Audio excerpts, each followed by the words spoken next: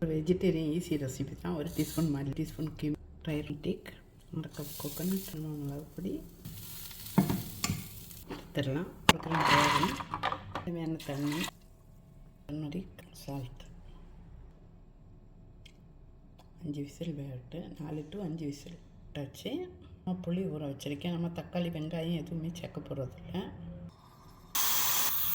வரைக்கும் இறக்கி வச்சோம்.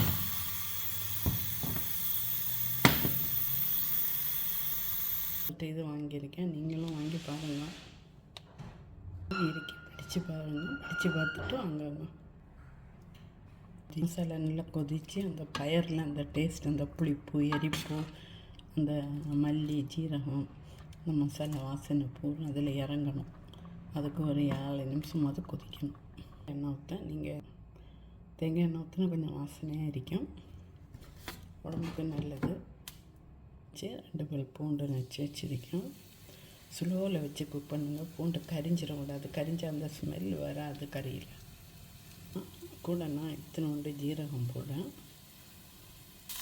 கருவேப்பிலை. இது ஃப்ரீசரில் நான் வச்சுருந்தது அப்புறம் அவசரத்துக்கு. அது எப்படின்னு வீடியோ போட்டிருக்கேன், இன்ஸ்டாகிராமில் எல்லாம் கிடக்குது, பாருங்கள். பார்த்து ட்ரை பண்ணுங்கள்.